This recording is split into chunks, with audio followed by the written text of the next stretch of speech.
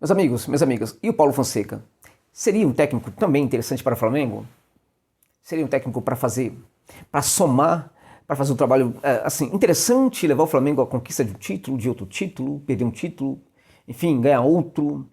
Seria um técnico com o perfil do Jorge Jesus, né, que ganharia absolutamente tudo, né, que disputasse, enfim.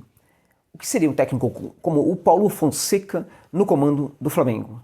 Deixando claro, o Paulo Fonseca ele foi jogador do Jorge Jesus, que não é já mais uma criança, já é um senhor. O Paulo Fonseca foi treinador, foi jogador do Jorge Jesus, e ele, quando está encerrando a carreira, ele observa muito o trabalho do JJ, ele insere alguns elementos do jogo do JJ na sua forma de treinar as suas equipes. Desde o começo da sua carreira, ele tem sido um técnico com muito sucesso, né, no comando de equipes das mais diferentes possíveis, com os mais diferentes tamanhos possíveis, né, como o Passos de Ferreira, né, na qual ele foi muito bem. Foi um grande treinador, um treinador histórico dessa pequena equipe portuguesa. Depois ele vai para equipes como Porto também, faz campanhas interessantes, vai para o Shakhtar Donetsk, da Ucrânia, né, onde ele consegue praticamente 3 títulos. Ali tem uma campanha espetacular, na verdade, com essa equipe ucraniana. Depois ele chega a Roma, no qual o trabalho dele foi mais ou menos, de certa forma, né, mas também a Roma teve ali inúmeros problemas naquela temporada, muitos problemas. O Paulo Fonseca, embora tenha feito todos os esforços possíveis para ajudar, né, a gestão da Roma, que vivia problemas financeiros também naquele momento, também em virtude do contexto da pandemia e tudo isso, mesmo assim, parece que a simpatia, né, ao trabalho dele não foi tão grande, assim como a colaboração dele foi muito grande para o Clube Roma, inclusive diminuindo muito o salário, né, praticamente deixando de receber salário durante 4 meses, né, para ajudar o clube. Então o Paulo Fonseca também tem esse detalhe aí da carreira dele, que é um técnico que ele pode perfeitamente, ele tem um salário alto, mas é um salário que daria perfeitamente para um clube como o Flamengo pagar, né? Afinal de contas, né, pagava um alto salário também para o Jorge Jesus. O último salário dele, no caso na Roma, foi em torno de R$ 1.400.000 por mês. Né? E mesmo assim, né, durante 4 meses ele praticamente deixa de ganhar esse salário para ajudar o clube, em virtude das dificuldades que o clube teve ali no contexto da pandemia. Ou seja, ele poderia perfeitamente chegar para o Brasil, para trabalhar no Brasil com um salário desse, né, também traria com ele alguns membros da sua comissão técnica. Acho que isso é muito importante. Um técnico estrangeiro precisa trazer sim o seu pessoal, até porque não dá para contar muito, né, não dá para ter muita confiança naqueles profissionais que encontram nos clubes brasileiros. Nem sempre isto é algo positivo, né? Evidentemente que nem todo profissional brasileiro que vai receber um técnico estrangeiro não vai ajudá-lo, evidentemente, mas é um perigo sim que se corre.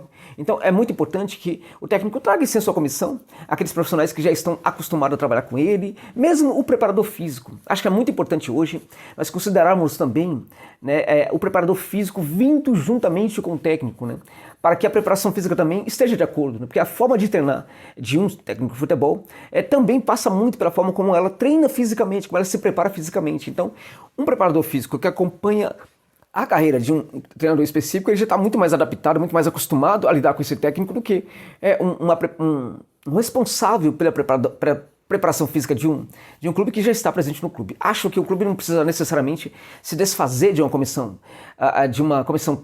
assim, de preparação física permanente, evidentemente, mas eu acho que o comando dessa preparação física tem de ser dada para aquele treinador, né, aquele treinador da preparação física que chega juntamente com o técnico novo ao clube brasileiro. Então, no caso, acho que o Paulo Fonseca poderia sim chegar, acho que aí daria para fazer uma redução no valor desse salário, até porque teria outros membros também para que o Flamengo pagasse. Acredito que ele aceitaria perfeitamente trabalhar aqui no Brasil por um salário em torno de 1.300.000, 1.200.000, perfeitamente, porque ele reduziria, né, pela simpatia que ele tem pelo futebol brasileiro também e pela oportunidade que o Flamengo entregaria para a carreira dele. Neste momento, o Paulo Fonseca ele é especulado ainda no Newcastle, na Inglaterra, né? Mas o Newcastle também especula outros nomes. Evidentemente que não é certo, por exemplo, que o Paulo Fonseca vá acertar com o Newcastle. No passado, também ele esteve muito perto do Tottenham e não fechou com o Tottenham.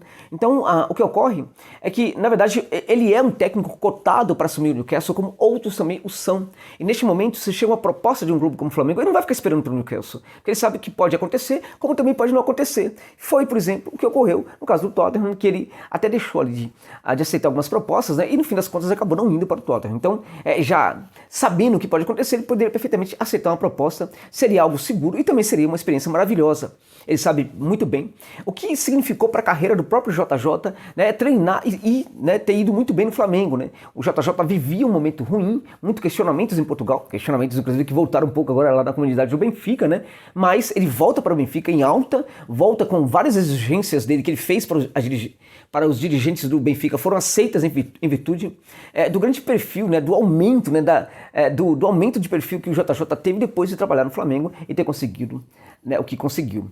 Para a cabeça de europeu, quando um técnico português, quando um técnico europeu vem para um futebol comum, da América do Sul no geral, ele consegue muito sucesso, por incrível que pareça, lá na Europa, isso é muito positivo. E às vezes é até mais positivo na cabeça deles do que, por exemplo, se esse técnico tem sucesso lá na Europa. Por que isso?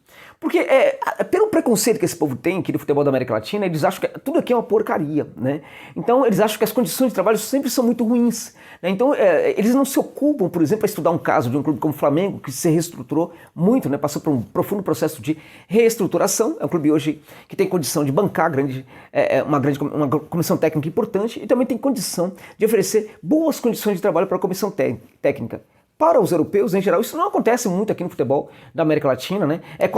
Todo clube é bagunçado, com dirigentes ali complicados, não há um cenário interessante. Isto porque é como se lá na Europa a coisa fosse 100% uma maravilha, né? E não é. Tem muito clube lá que é bem desorganizado também, que é bem bagunçado, mas eles acham, por exemplo, que está tudo muito bem. Aqui, eles acham que a coisa é muito pior. Então, quando um técnico, por exemplo, europeu, vem para a América do Sul e consegue fazer um grande trabalho, ele volta em alta. Um outro caso, por exemplo, é do Abel Ferreira. O Abel Ferreira hoje o perfil dele cresceu muito, né?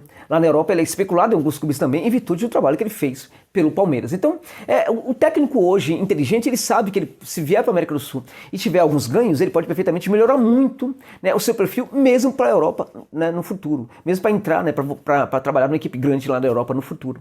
Então, o Paulo Fonseca não é burro, ele sabe muito bem que ele ganharia muito em treinar no Flamengo, que para mim, eu acho que seria um motivo de muita honra para qualquer técnico do futebol mundial, né? Então, acho que o Flamengo deveria fazer uma proposta, pelo menos, para ver o que acontece. Primeiro fazer uma consulta, ver como é que a conversa anda, de repente transformar essa conversa em uma proposta, fazer para ver o que acontece. Né? Ficar nessa aí, por exemplo, não, o técnico está sendo especulado no Newcastle, não dá para lutar pelo Newcastle e tal. O Newcastle é um grande clube do futebol europeu, evidentemente, um grande clube de futebol ali da Inglaterra, está longe de ser um grande clube do futebol europeu, muito longe disso. É um clube ali grande, né? Ali no contexto da Inglaterra, mas um clube muito machucado, uma espécie de clube que tem ali, que não ganha absolutamente nada, né? Tem um perfil muito abaixo, na minha opinião, no mundo do futebol mundial do que o do Flamengo. Não dá nem para comparar, evidentemente. O Paulo Fonseca também sabe desse detalhe, ele sabe perfeitamente que lá vai ter muito dinheiro para o treinador do Newcastle trabalhar, ele sabe disso, isso conta muito em favor do Newcastle, mas ele sabe também das exigências, né? Então, por exemplo, construir o Newcastle não é uma coisa muito fácil. O Newcastle pode ter muitos jogadores interessantes e, no entanto, pode perfeitamente demorar muito tempo para ganhar um título. Então a pressão sobre isso, sobre o trabalho do técnico, também vai ser muito grande. E ele sabe perfeitamente que aqui no Brasil, se ele vier para cá e não fazer um trabalho bom, ele vai voltar para a Europa de boa. Porque isso não vai afetar o nome dele, o perfil dele para os europeus. Porque ele veio para um lugar absolutamente horroroso, né? Então não tinha mesmo como trabalhar, então não teve nenhum problema, não foi culpa dele. Mas se ele faz um trabalho muito bom, ele fez um trabalho muito bom em condições horrorosas, né? Digamos assim. Então o perfil dele cresceria muito. Ele só tem a ganhar, na minha opinião, se ele vier para o Flamengo. Não tem nada a perder se ele aceitar o Flamengo. Então acho que o Flamengo poderia pensar sim, no nome desse técnico. Mas quem é o Paulo Fonseca que está falando muito aqui e não disse como é que a equipe dele costuma jogar? Estamos falando de um técnico, por exemplo, que incorpora muito do jogo agressivo do Jorge Jesus, é um jogo muito agressivo, é um jogo que trabalha muito a questão da posição, há uma dinâmica muito forte em todas as fases do jogo, a gente vê dinamismo na fase de transição, a gente vê dinamismo também na fase defensiva, na fase ofensiva, a gente vê muito dinamismo também quando a equipe trabalha no entorno da área dos seus adversários, né? É uma equipe que gosta de ter a posse de bola, gosta de trabalhar com a posse de bola, gosta de ficar boa parte do tempo no campo de ataque, a maior parte do tempo no campo de ataque, e gosta, por exemplo, de variar muito o jogo quando está presente ali no campo de ataque. É muita agressividade, a gente percebe, por um lado, uma verticalidade muito grande que às vezes cede, né, para a posse de bola, né? Quando a equipe percebe que tramar, né, enfim, que tentar ser vertical não funciona, então a equipe cede um pouco para esse jogo um pouco mais pausado, né, que busca, né, colocar um jogador no costado da zaga. Então é também um time muito agressivo e um time que desde a primeira linha, da saída, já busca, por exemplo, o jogo ofensivo, o jogo construtivo. A gente está falando, por exemplo, de uma equipe que costuma praticar, as equipes dele costumam praticar a saída lavoupiana, né, que é aquela saída de três, né, com zagueiros jogadores também construindo o jogo, né? Então a gente tem, por exemplo, uma infiltração de volante chegando ali para trabalhar também na saída. A saída tem de ser limpa, tem que ser muito bem construída, porque é uma saída muito limpa, na opinião, né, do Fonseca e de outros técnicos que praticam a saída lavoupiana. Essa saída muito limpa, ela precisa ser muito bem feita, porque se isso acontecer, né, a construção do jogo no geral vai se dar muito bem um pouco mais à frente, caso a saída lavoupiana funcione bem também ali de trás, evidentemente, né? Então a gente tem laterais que trabalham na construção, a gente tem zagueiros que também são construtores, a gente tem meias, né, que também são construtores, mas também se fazem muitas vezes de atacante, a gente tem volantes que muitas vezes trabalham como zagueiro. Tudo isso ocorre neste modelo de jogo do Paulo Fonseca, né? É quando a saída lavoupiana não funciona muito, ele tampouco fica insistindo nisso, né? Ele também consegue abrir mão de alguma de suas convicções em pró das mudanças necessárias que a sua equipe precisa. A gente viu isso claramente no trabalho que ele fez na Roma, né? As coisas não estavam funcionando. A Roma foi um claro exemplo de um técnico com ideias muito inovadoras para um elenco com ideias muito arcaicas, né? Com um elenco ali muito mal planejado, muito mal trabalhado. O elenco da Roma era muito fraco, né? Com jogadores que não conseguiam exercer certas funções, jogadores que não eram muito assim ao perfil do que era o técnico Paulo Fonseca, e ele faz o tempo inteiro várias adaptações. Ele transforma zagueiro ali, por exemplo, volante, coloca volante como zagueiro, faz um monte de coisa ali. E, inclusive, no certo momento, ele deixa de lado a saída lavoupiana. Essa saída estava gerando muitos gols para a equipe da Roma. A equipe fazia muitos gols. Durante o primeiro tempo das partidas acontecia muitos gols, mas em vários momentos também a equipe levava muitos gols. Quando a equipe começou a levar tantos gols como fazia gols, ele praticamente muda a forma de jogar da equipe, trabalhando ali com uma linha de 4 zagueiros em alguns momentos, deixando de lado a saída lavoupiana, e a coisa acabou funcionando. A gente teve um jogo ali em alguns momentos um pouco mais menos fantasioso, digamos assim, um jogo que também se manteve competitivo, mas um jogo mais previsível. Acho que essa é a palavra. Contudo, era um jogo em que a sua equipe conseguia ser muito mais defensiva, né? Conseguia parar de tomar gols, né? Então, este ponto é interessante. A Roma perdeu, de certa forma, beleza no seu jogo, mas ganhou competitividade quando ele fez essa mudança. Então, ele não é um técnico, por exemplo, que fica assim, sentado nas suas convicções. Quando ele percebe que precisa mudar, ele muda mesmo. Agora, no geral, a gente está falando de uma equipe, o Flamengo, sob o comando do Paulo Fonseca, seria evidentemente uma equipe muito propositiva, uma equipe de muita posse de bola, uma equipe muito agressiva, que trabalharia muito essa questão dos jogadores pelos lados do campo, que às vezes seriam laterais, por vezes seriam os extremos, né? Extremos que virariam meias, né? Para que laterais virassem extremos. Nisto a gente lembra um pouquinho de Isla / Matheus, né? Isso não funcionou muito bem por esse lado aí no Flamengo, mas aí eu acho que teve muito a ver, muito mais com a qualidade de quem trabalhava essa qualificação dos jogadores, que era o Rogério Ceni, do que propriamente dos jogadores ou da ideia de jogo. Essa ideia de ter um lateral trabalhando como se fosse um porteiro não é uma coisa ruim, desde que o sistema defensivo dê conta, por exemplo, de lidar com as necessidades para aquele setor. E no Flamengo a gente não via os jogadores dando conta disso, e esse era o grande problema. O Isla não estava vivendo uma grande fase, né, mas o Isla muitas vezes foi também vitimado, muito vítima da incapacidade do Rogério Ceni de trabalhar essa proteção pelo seu lado. Quando o Matheus entrava na equipe e também se fazia de ponta, espetado lá na frente, também o próprio Matheus também, o lado dele ficava abandonado e a equipe também sofria muitos gols por ali. Então isso tem muito mais a ver com o sistema defensivo do que quaisquer outras coisas. O Paulo Fonseca é um cara, por exemplo, que ele entende